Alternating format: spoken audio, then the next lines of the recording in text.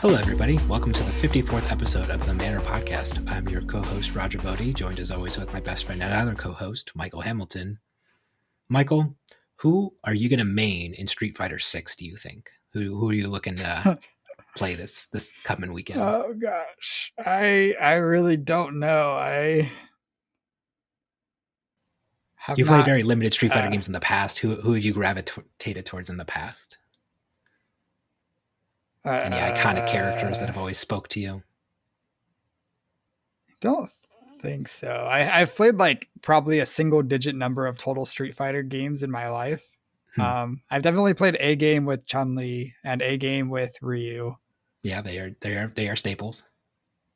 And I don't know who else I've played. Sure, some characters. That's fair.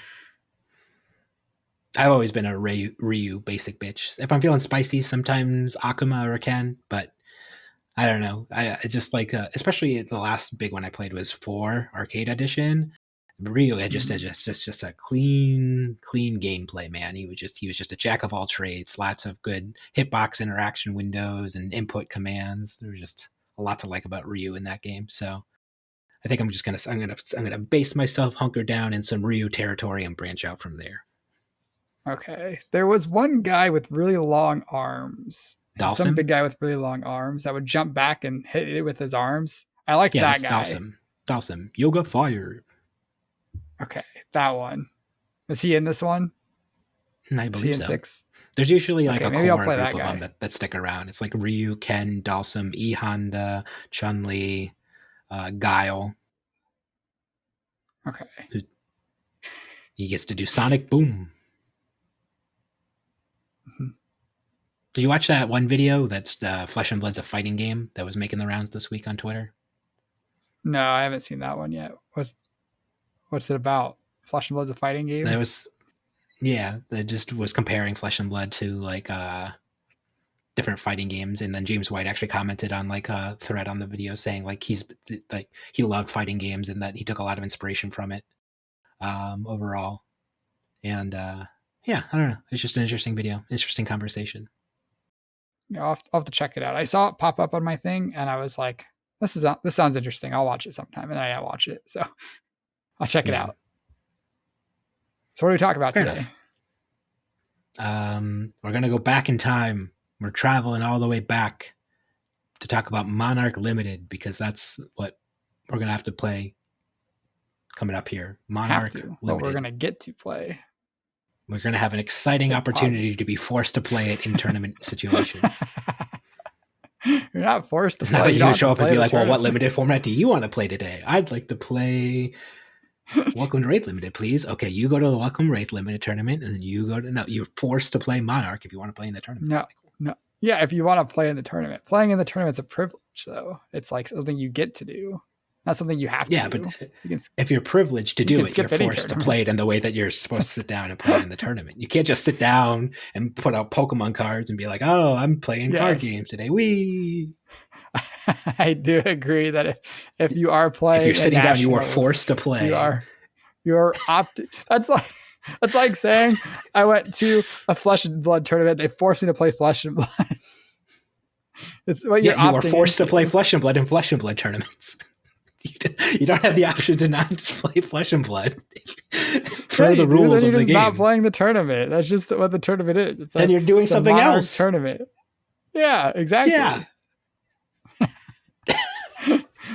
If you would like to play this tournament that contains Monarch Draft, you are forced to play Monarch Draft in order to do this playing of the tournament that contains Monarch Draft. Mm-hmm. Yeah, if you want to do something else, you have to go somewhere else. I mean, you can do like other events at the tournaments. Yeah, but if you want to play in that particular tournament, at that particular point in time, in space and periphery, the rules of the tournament are such that you are forced to play that particular set of cards. Okay. Nobody's holding you down, compelling you to play them, but the rules of the tournament. The rules of the tournament are forcing you to. Mm-hmm. That you opted into.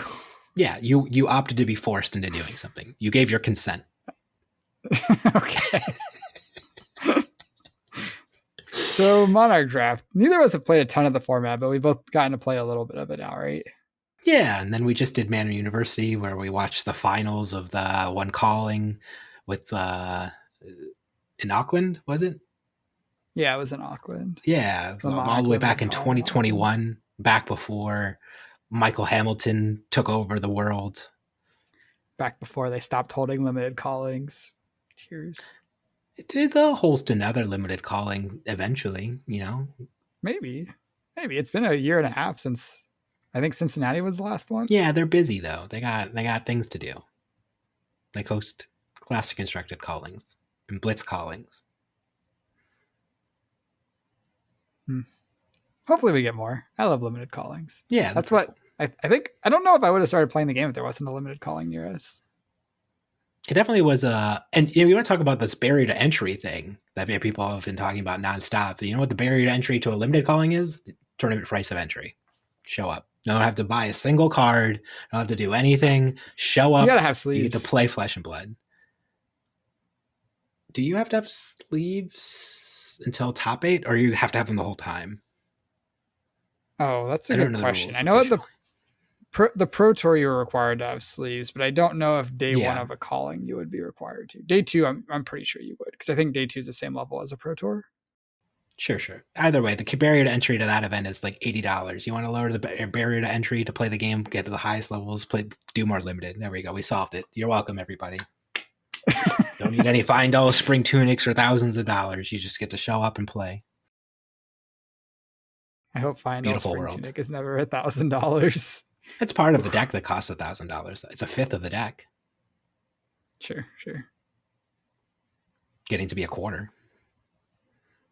So Monarch Limited, there's 4 heroes. There's 2 light, 2 shadow heroes. Yeah, there's 3 heroes. You got Boltyn, Prism, and Chane. You're forgetting one. I don't think so. You got Boltyn, Prism, and Chane. Who else? And Levia. Who? Levia. She's not that bad, right? Have you won a game with Levia yet? Not yet. Not yet. I have not won any games with Levia, but that doesn't mean it won't happen. It's like Riptide, right? Is it like Riptide? Yeah. If I had to pick between playing Riptide and Outsiders Limited or Levia and Monarch Limited, what would I pick? What would I force myself to play? You haven't played enough Monarch Limited to know. I think I'm leaning towards Riptide. Riptide's kind of fun. You just lose a lot. I mean, as we saw in the format, eventually, if you had the right combination of cards, you could have a good Riptide deck. They were rare. They were like unicorns, but they happened. So I think Levia is better than, I don't know if she's better than Riptide, but she can't be that bad, right? So let's get into what makes Levia so awkward, I guess, to start off with. Then it's the fact that so she's not particularly good at blocking and the best versions of her deck, because so many of the brute cards in the set just have no block values. So there are just going to be some number of hands if you're looking to push the most amount of damage and be the most efficient value of Levia deck that you're looking to be, where you're just going to have non-functional block hands. You're just going to have to say to your opponent, yes, please give me more damage. I don't have any other way to interact with you other than attacking you. So yeah, both Dread Rumbler and Smash with Big Tree are both commons that don't block. And then at rare, there's Pulping, and then a handful of others. So there's even the Majestic Blue that doesn't block. Terra Limb from Limb. Yeah. Your favorite card. Yeah, that I was tricked into playing. But yeah, so that's issue number 1, is just a inherent just not being able to block. Gameplay is just taken away from you. And that coincides with issue number 2, which is a lack of way to spend action points sometimes, where there's not have enough action points. Yeah, have enough action points to play full 4 or 5 card hands. So if your cards are both clunky on defense and then clunky on offense, you're already kind of pivoting yourself into this awkward gameplay interaction.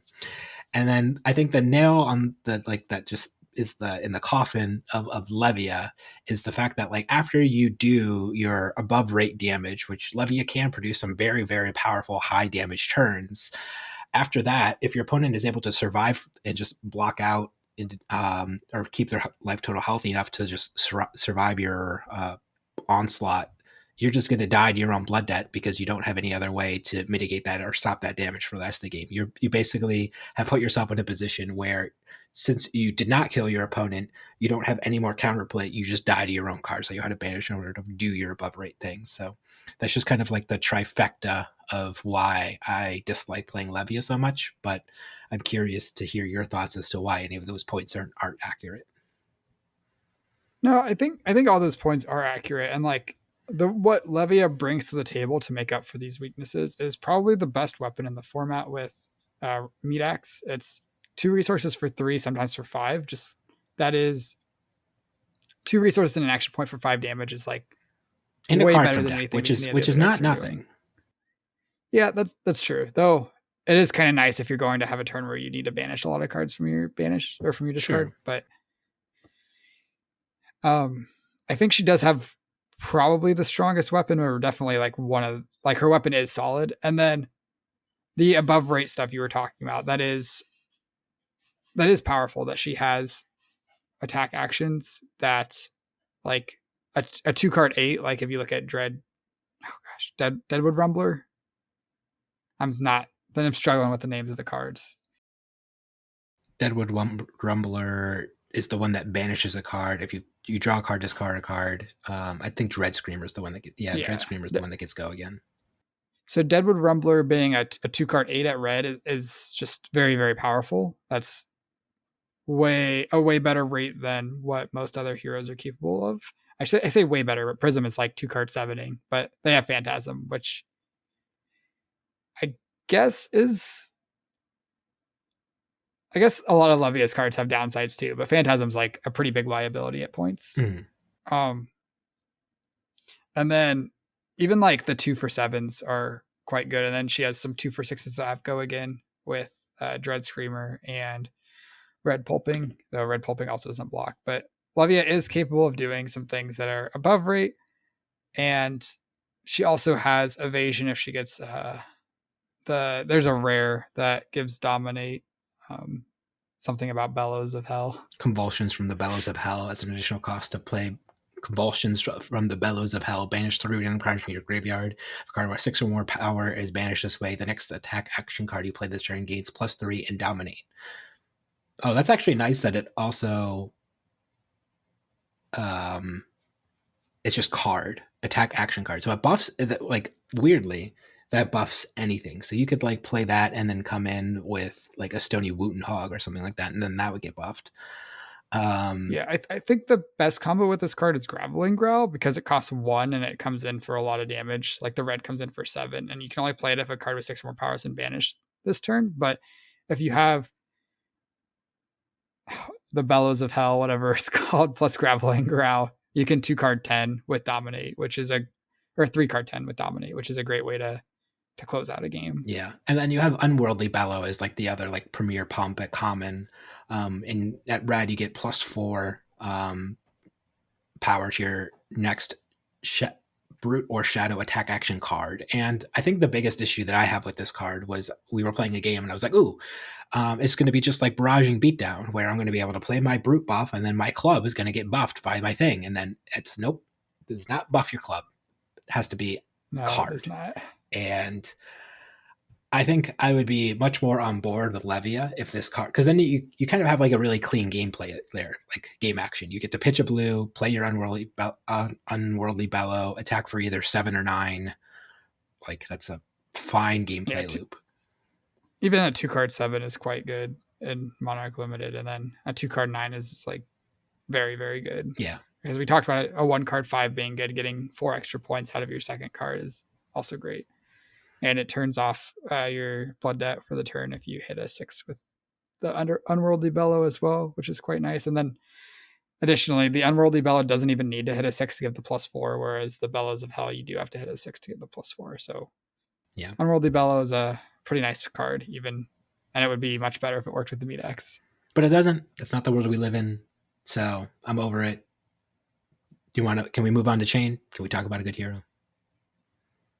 Uh, Or what else do you have to say about Levia's defense? What else do you have to say about Levia?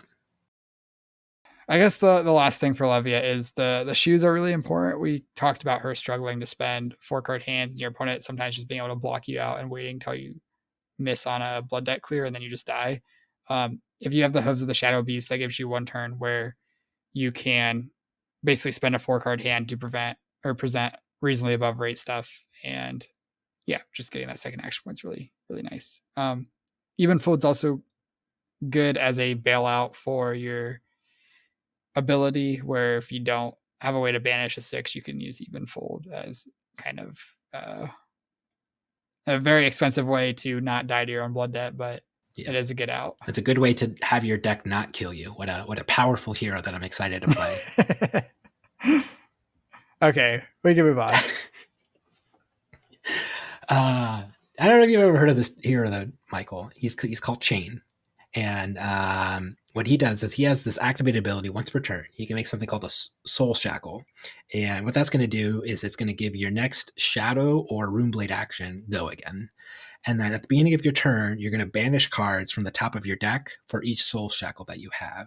So if you have Soul Shackle 1, you're going to flip over the top card of your deck and it's going to go right to your banish zone. And you're like, well, that's bad because I don't get those cards. But Chane has these then amazing ability where his cards from banish can actually be played. So it's almost like he's just drawing extra cards for free at the beginning of his turn. It's almost like that. It's basically like that. Do you think that's a very good hero ability? I like Go Again. I like drawing extra cards. Sounds good. Okay. Sounds powerful. All right. Glad we're on the same page. So Chane does seem really strong in Monarch. I think it's very scary playing Chane though, because a lot of the time I feel like the strategy against Chane, or one of the strategies you can employ, is just block, block, block, block, hope they run out of cards and die. And Yeah. when you're playing against someone doing that, it can be very hard to. You have to be very careful, and you have to have the right cards to make sure that you don't run out of cards and die. Yeah. And that's why I think LSS in their wisdom put a card called Seeds of Agony in the limited format specifically to help boost Chane, because that's going to help him push this split damage of arcane damage. And there's not a lot of ways to mitigate arcane damage. Notably, there's Ebb and Fold and Halo of Illumination that have Spell Void, and then there's words of legends that maybe there's even an item that you could play in your deck that would also have Spell Void, but I've never seen anybody play that card, nor do I think they ever Dream would. Dream Reavers also has Spell Void, right? Prism's Gloves. Yes, they do. You're right. So there's a couple instances of Spell Void, and then obviously Prism has the ward on the Spectral Shield, so she's the one that's most able to handle this like barrage of arcane damage. But everybody, the other 3 heroes, Chane himself, Boltyn, and Levia, just have to eat the arcane damage and be happy about it. And then he has a slew of cards in limited that then reward him for dealing that point of arcane damage after he plays. After he deals that first point of arcane damage, like Rip Through Reality or Piercing Shadow Veil, right? Mm-hmm. Piercing Shadow Vice. Yeah. Those just start to become very above rate, very solid attacks that you get to play from your bandage zone, and he can just snowball out of control. And I think that's really going to dictate what Chane decks make or break, is how well they're able to leverage those like arcane damage bonus cards. Yeah, that makes sense. I think the last thing of note for me about Chane is a lot of the attack actions require a non-attack to be played from in order to play them from your banish zone. I guess Bounding Demigod requires one, and then Riftbind benefits from them. So, and these attacks also have 3 or less power depending on what color they are. So Chane's a very natural fit for Belittle Minnowism, which is one of the more powerful things to be doing in this limited format, where like you pitch a blue, you play a red Belittle, and you get a red Minnowism. That's a 1 resource and a card for 6 points of value, which is huge. Yeah, and that's to say nothing of the fact that Chane also blocks pretty well if he needs to. A lot of these class cards, a lot of his cards also block for 3. So unlike Levia, he gets the ability to block if he wants. And then not only does he have Seeds of Agony to push arcane damage, at rare there's Vexing Malice, and as we saw in the finals of Calling Auckland, like that card just closes out games very quickly. And I just think I think if he's overdrafted, obviously I think if there's like 3+ chains in a draft pod, that's where he's going to be weakest. But if there was one chain in a draft pod, as we also like, once again harkening back to the Calling Auckland, he can just run away with the pod, and I don't think any of these games would be particularly close from then on. Like, I think, Yeah, the, I think the deck that I'm most scared of is like a very good chain deck in this format.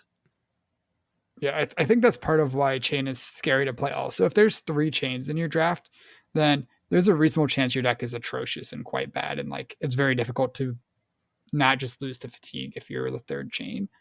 But if you're a 1 of 1 chain, it's like probably going to be one of the easier 3-0s that you could have, because just your deck's going to be so powerful, so threat dense. You're going to have so many good blood deck cards. It'll be, I don't want to say easy, but you'll almost always be able to push through your opponents trying to fatigue you. Right. Especially if you have cards like Soul Reaping too, which is also at rare, and that card's just ridiculous. The value you get out of that card, especially if you're attacking either of the light heroes that have cards in their soul, is insane. After like, I think there was a game where I was on Boltyn and I thought this game's kind of close, and then you attacked me with a Soul Reaping. I was like, well, this game's over.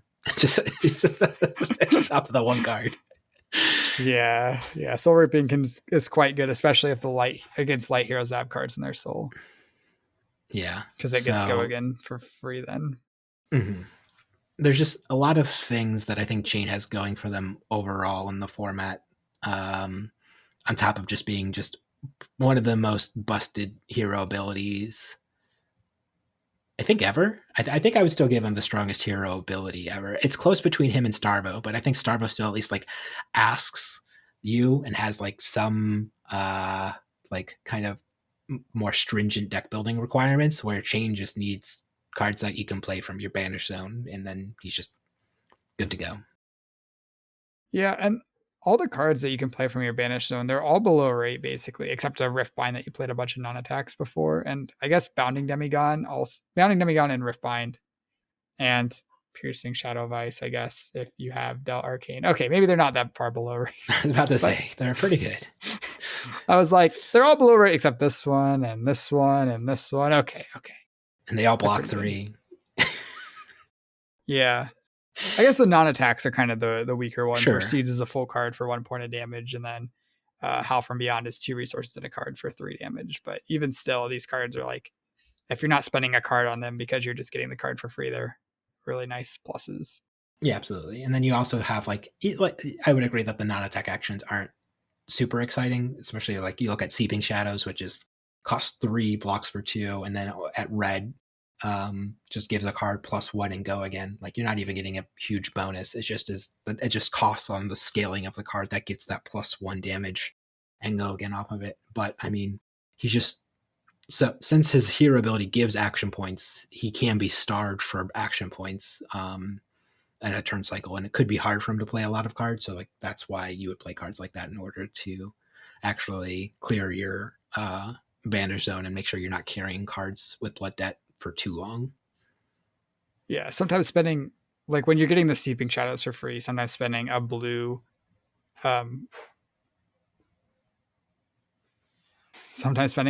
for an action point and 1 point of damage is a great deal, especially when it's enabling cards that care about playing.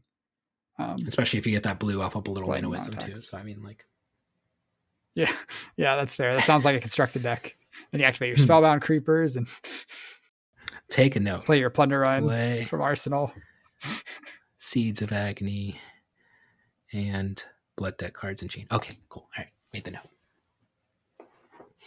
note. So last thing about Chane that I think is a strong point for Chane is he can use like most of the equipment very well. He has, I think, the best class specific equipment with Aether Ironweave, though Boltyn's gloves Gallantry Gold could give him a run for his money. But Aether Ironweave is quite good. 2 resources and 1 block value is very strong. And then he uses Stubby Hammers quite well. He uses time skippers pretty well, where we talked about you would want to sometimes trade a blue for 1 damage and an action point. Well, you can trade a blue for an action point. And I think Chane's the hero you probably do that the most often on. But yeah, and then even fold, where you can spend 1 resource to banish a card and draw a new card. If that card is a card you can play from Blood Debt, you're basically spending 1 resource to draw a card, which is also quite good. Yeah, absolutely. Okay. We're going to save the best for last. So now let's talk about Prism. Thought we were saving the best for last. We are.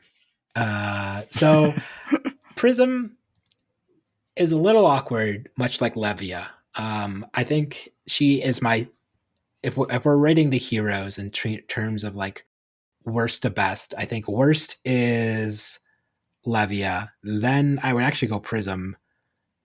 And then depending on the build or pod or what goes on, then it's either Boltyn or Chane. But if you had to give me either a nut Chane deck or a nut Boltyn deck, I think I still lean towards Chane being the best deck in the format. But I guess to like set expectations, like there's some awkward things going on with Prism. Do you agree with that?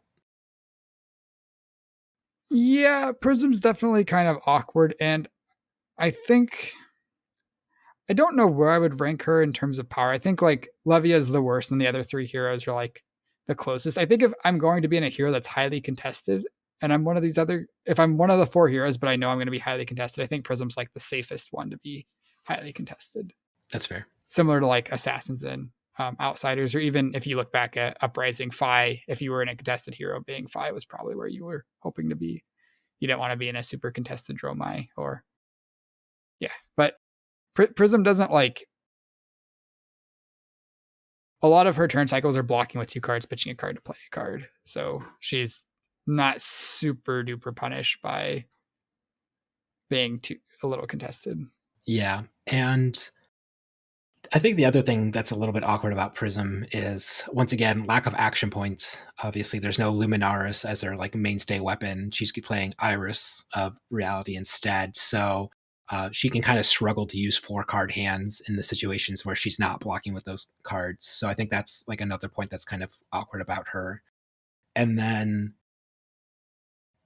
we just talked about Chane having the best hero ability and being notoriously broken. Prism never had the best, hero ability, but her card pool in the Spectra auras, especially in Classic Constructed, is like what carried so much of the power level of the deck.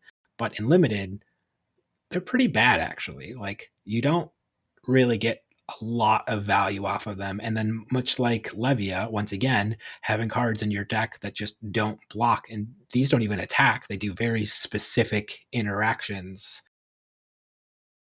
at given time intervals. They're just like, the Spectral Auras are just pretty difficult to play overall, I would say. Yeah, I agree with that. Outside of getting Luminaris, it can be pretty awkward to have them in your deck. And then like, even if you are including them in your deck, I feel like reasonably happy to sideboard them out against Chane and potentially other matchups, though I'm not super confident on those. But I definitely like boarding them out against Chane because they don't block, and you kind of have to threaten fatigue as an alternate win condition against Chane. Yeah. And then in Classic Constructed, obviously setting an attack or something like that at a Spectral Aura is a pretty big deal, because the turns are usually so efficient, or you would hope they would be in Classic Constructed. Whereas, at the end of your turn, or just throwing like a blue Yinti Ante at like a Genesis is not really punishing your opponent to the same level as they would be in Classic Constructed, right? Right. That's fair. No, even Rosetta Thor in Classic Constructed is still 4 damage that you're sending at the Spectral Aura. But and Limited, you're usually attacking it with like maybe an axe in the case of Boltyn, or your 1-powered Galaxy Black for 1 or whatever. Yeah. Mm-hmm. So Prism, obviously, what makes her the best in Limited, or I guess the best thing Prism can be doing in Limited, is attacking with these above rate heralds that have Phantasm. So if your opponent's not blocking them, they are pushing quite a lot of damage, and they're having pertinent on hits where the heralds are also going to soul, which then allows you to generate spectral shields off of them. Or then you have like Herald of Protection, I think is like the best herald in Limited overall. I might I don't know how good Herald of Erudition is overall because there's the iron hide equipment usually floating around, so it's not usually too difficult for your opponent to block them. But I think Herald of Protection, obviously being just the strong amount of damage and netting you that spectral shield on top, is just like at least a common, definitely the best one, I would say. But I don't know if you agree. Yeah, Herald of Protection is crazy good, especially the red where you come in for 7, which is a tough break point. But even the yellow can be really tough sometimes because, like, you talked about Chane having a lot of 3 blocks. Not everybody has a lot of 3 blocks, depending on your Yeah, hero. I only guess Chane, Chane, Boltyn, and Prism, Prism. Chane, Yeah, Boltyn, and Prism have a decent amount of 3 blocks, but like if your hero's contested, you end up playing a reasonable amount of generics, and it's not. and the generics don't block. Yeah, Yeah, the generics all block for 2, basically. I guess Rise Above blocks yeah, for 4, but that takes 2 cards. and then Nourishing Emptiness at Majestic blocks for 3. Sure, sure. Yeah, but at common, I think all the generics block 2, except the defense reaction, which I think is a rare anyway. But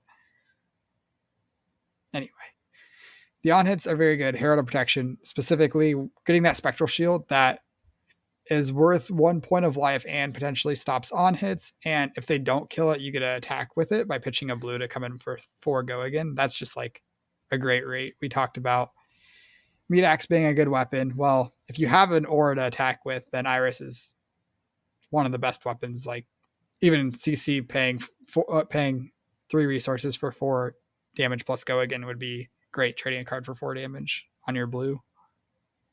It's awesome. Yeah. So yeah, and then her piece of equipment, which is the like at common, the bracers, right? Dreamweavers, yeah. They're not amazing.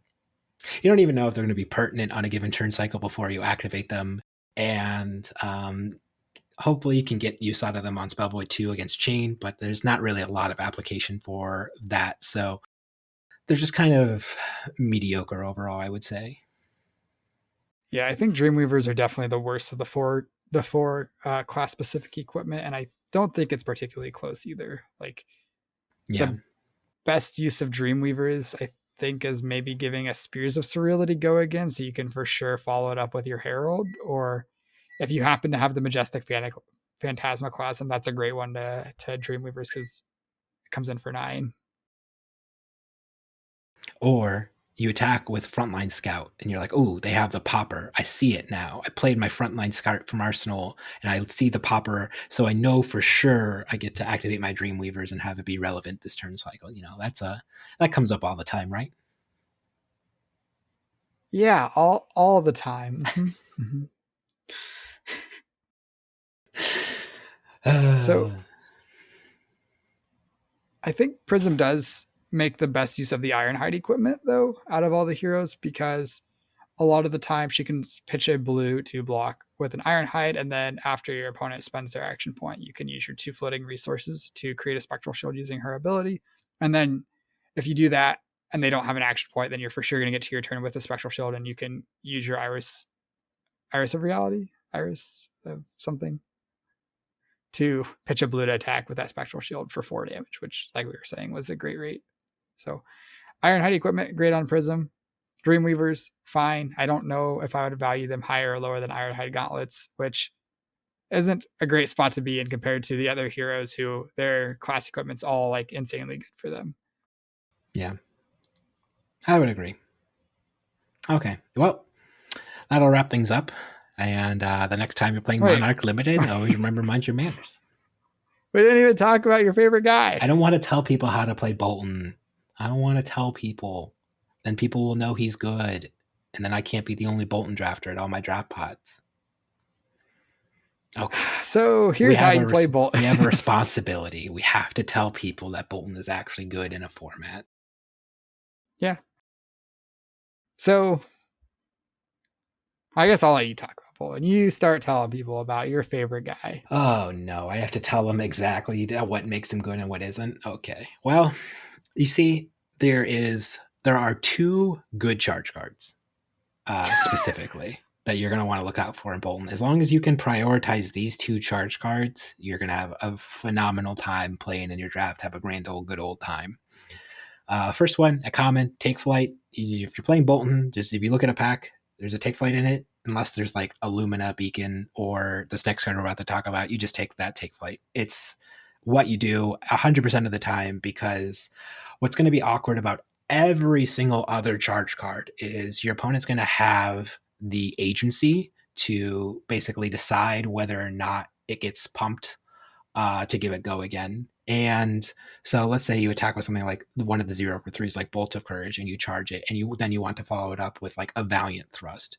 If you don't have a way to pump it, then you can't play any of like your charge matters payoff cards. And that's also kind of like the other big reason to be playing Boltyn is you get these hyper efficient one cost cards that in Battlefield Blitz, you have 1 for 5 go again, and then you have 1 for 7 in Valiant Thrust, and those are at rare, so you're going to see a good amount of those. And I think especially Valiant Thrust is particularly powerful.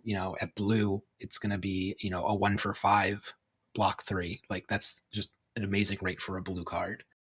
And like I was saying, at least with Take Flight, you're going to have the action point to then benefit for the additional cards you're playing. And if nothing else, what's also going to happen is Boltyn's hero ability, which is so if you've charged that turn, your cards will get +1 when defended by an attack action card. It's better for each card that you attack with, obviously. So if you attack with your first card and then it's getting +1, your opponent blocks with it, that's cool. You got +1 off your power. But then for each subsequent attack, you're getting more and more value off of your hero ability, without even talking about whether or not you're then also giving them go again with the second half of his hero ability using cards and soul. So Take Flight is basically just like what actually gets the gears turning in Boltyn to make him like an actual powerhouse in limited. And then at rare, we talked about Chane's like busted rare card, Soul Reaping. And that's a very, very powerful card, but it's legendary. At rare, Boltyn gets Via the Vanguard, which is just an absurd card in limited. Like, if you just get to go Via the Vanguard, Axe, like that's just going to be banish 2 cards. So that's going to be V for 5, Axe for 4, and then Axe for 5. So that's a 14 damage turn. So, I mean, it doesn't take too many 14 damage turns to close out a game of limited, right? Yeah, and there's kind of more to it than it's just 14 damage. It's 14 damage that if they block with a single attack action, it becomes 15. If they block with 2 attack actions, it becomes 16. So it's 14 damage that it's definitely not unblockable, but it's like difficult to block and your opponent's disincentivized from blocking. And if you start with 20 life, if 14 of it you don't want to block, well, you die pretty quickly. So Via the Vanguard's probably the best card in Boltyn, even counting Majestics. It's just don't one of the best know if cards I in take the any set. Majestics over Via the Vanguard in Boltyn. And then go ahead. I was going to say the other thing I would note about the worst charge cards is they aren't like unplayable by any means. So you can still play them in your deck. You're just not nearly as excited as to have them as you are Take Flight, because all of these other charge cards you need to do the work to figure out how to buff its power, either playing a Minnowism, playing a Seek Enlightenment, playing a Courageous Steel Hand. That one, the attack reaction. And then you can use the card that you just charged to give your card go again, which is okay. You're doing a 2-card 6 with go again a lot of the time if you're doing it on one of these 0 costs. If you're playing Seek Enlightenment, it's 2 cards and a resource for your 6, so that's a lot worse, but it does threaten to go into the soul if it hits, so that helps. Yeah. So I would agree with that. And then I guess below that, so we have Take Flight, Via the Vanguard, Take Flights, and then specifically at reds, you're going to want to look for Express Lightning. It's just a 0 for 4 that blocks 3. Like that's just perfectly solid rate, even if all you're doing is just blocking with 2 cards, attacking with Express Lightning Arsenal. Fine, nothing below right there. You don't even have to charge a card. You can just ignore that line of text if like you don't care about it. And then this is a light card, so you're going to have to compete with this card from Prism. But Red Illuminate is also something to also look out for. And the reason why these additional cards that cause 0 are also so important is after Review the Vanguard, you can add any one of these in addition to add to the chain to push even more damage on your V turns. So they're just good right on their own. They're good in conjunction with everything else you're doing in the deck, and the 0 for 4 is both block 3. So they're also those are the next cards I'm prioritizing in Boltyn pretty heavily. Mm-hmm. That makes sense. Red Illuminate's just like such a powerful card itself. Just 0/4/3. That's red Wounding Blow in a format where like this format's a lot weaker than Welcome to Wraith, and red Wounding Blow is a card that you're pretty happy to play in most Welcome to Wraith decks. So this format being a lot weaker than that format, just getting a 0/4/3 with also this on hit of going into your soul, which is probably worth 1-ish, maybe 2-ish, depends on the turn that you end up having with that extra card in soul. But it's very nice to have an extra card in soul. So yeah, Red Illuminate's great. And a lot of people say, then, and overall this is still true, where Boltyn's a very good Belittle Minnowism deck on top of this. And that's true. But like I said, I was prioritizing, obviously you want to be playing red take flights, or like red of a lot of these cards, and they're going to have 4 power at red. That's you're still going to have a lot of cards that have sub 3 power, but I would just be mindful of that when prioritizing Belittle Minnowism super heavily. And it's also a case where, like, in Chane, he's going to have a lot of ways to spend resources off of like blue minnowisms and stuff like that, if that's what you're tutoring up. And it can be pretty challenging to spend a lot of resources in Boltyn, just because most of his cards cost 1 or 0. There's not a lot of like 2s, 3s, or 4s floating around for like his casting costs. So that's just something else to be mindful of. Yep. Red Minnowism is definitely more what you're looking for with Boltyn, just to be able to pump your things and then use your Boltyn ability to give them go again. Yeah. So equipment, the gloves, Boltyn's gloves, Gallantry Gold are one of the, I think it's capable of just like turning a 1-card hand into the most damage I think a 1-card hand can really do in this format, where you pitch a blue, you activate Gallantry Gold, and then you attack with your first axe, and then you can use a card from soul to give it go again, and you attack with your second axe. And that's 7 damage off a single blue and using your equipment and a card in soul. So that's a very powerful 1-card hand that getting Gallantry Gold enables. Yeah, on top of the one block value that it has with its battle warrant. So like you can pretty easily just get 8 value off of it.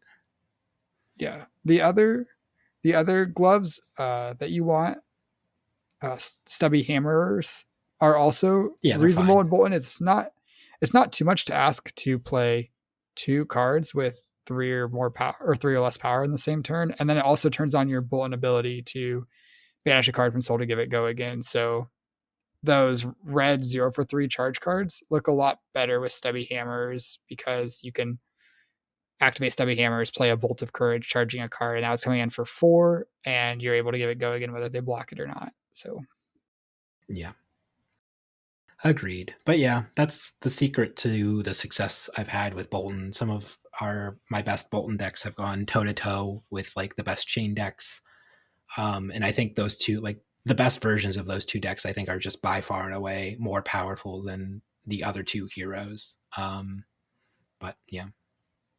I will say, if you get Luminaris, then Prism's probably up there. Luminaris feels I don't even really know if that's true.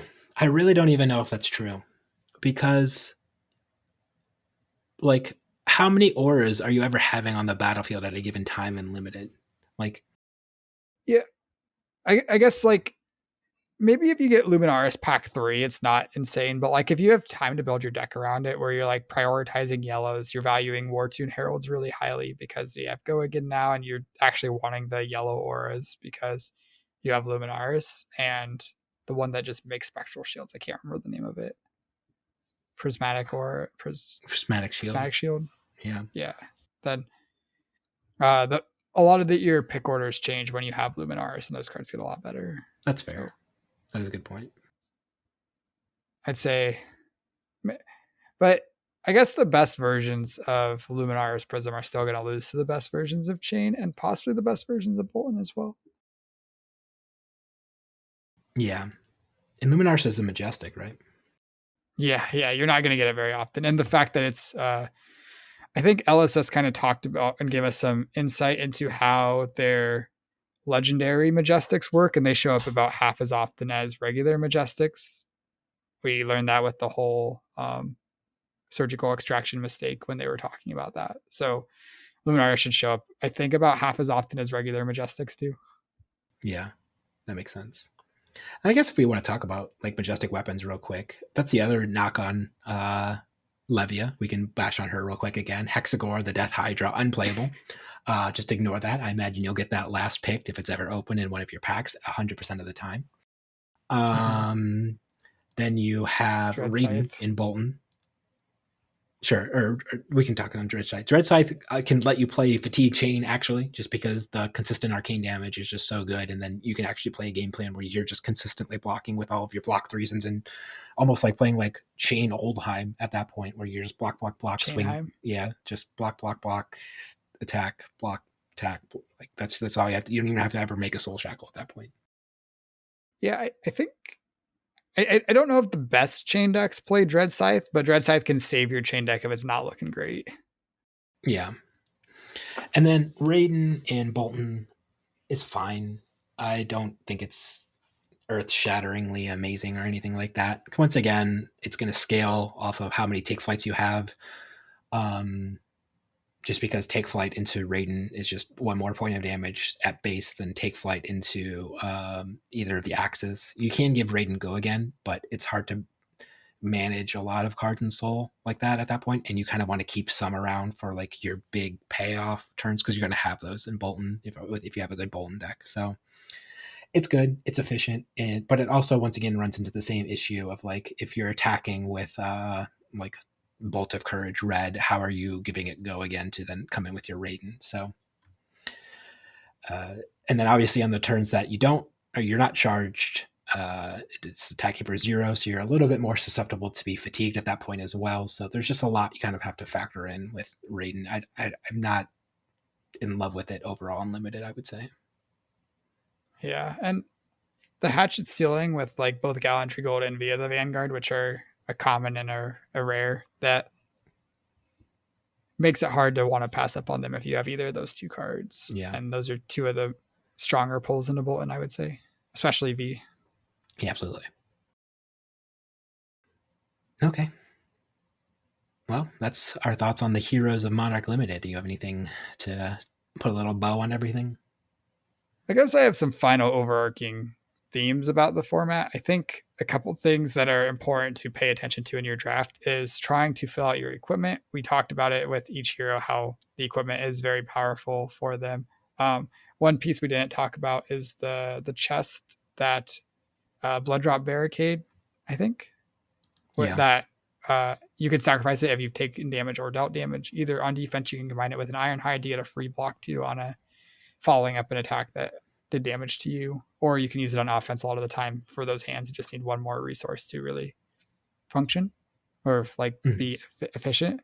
And then just the equipment's really powerful in this format. So all the battle war and plus an effect, like coming from outsiders where the equipment's all blade break with an effect that's worse than the effect of these battle worn equipment, it feels like you should be prioritizing equipment pretty highly in Monarch because it's so strong. And then the other two things are non-attack actions that block well is very good against Boltyn, and obviously poppers are extremely good against Prism. So those are the last kind of things to look out for in your draft, that you should probably be valuing those cards a little bit higher than you would if Prism or Boltyn didn't exist in the draft format. I think the only non-attack actions that block for 3 are Boltyn's warrior cards anyways, which is pretty funny. Levia has some. Oh, Levia has some. That's right. I don't think Chane The has hero any. that doesn't exist. Yeah, Chane. Yeah, I think all of Chane's non-attacks block for 2. Yeah. Yeah. Yeah, and then of course that generic or the base class cards, they all block for 2 as well for the non-attack action. So yeah, it's just Levia and Boltyn that have 3 block non-attack actions. Yeah, I guess one last note about that is if you're going to play a bad 2 block and you're never using like a blue 2 block that you're never going to play, you probably would rather have a non-attack than an attack. But that's very small. Makes sense. Okay. Any final thoughts from you? I was just kidding about everything I said about Boltyn. He's unplayable. Don't play him. If you're in my draft pod, he's very bad. So don't play him. And with that being said, the next time you're playing Monarch Limited and not playing Boltyn, always remember, mind your manners. We'll see you next time.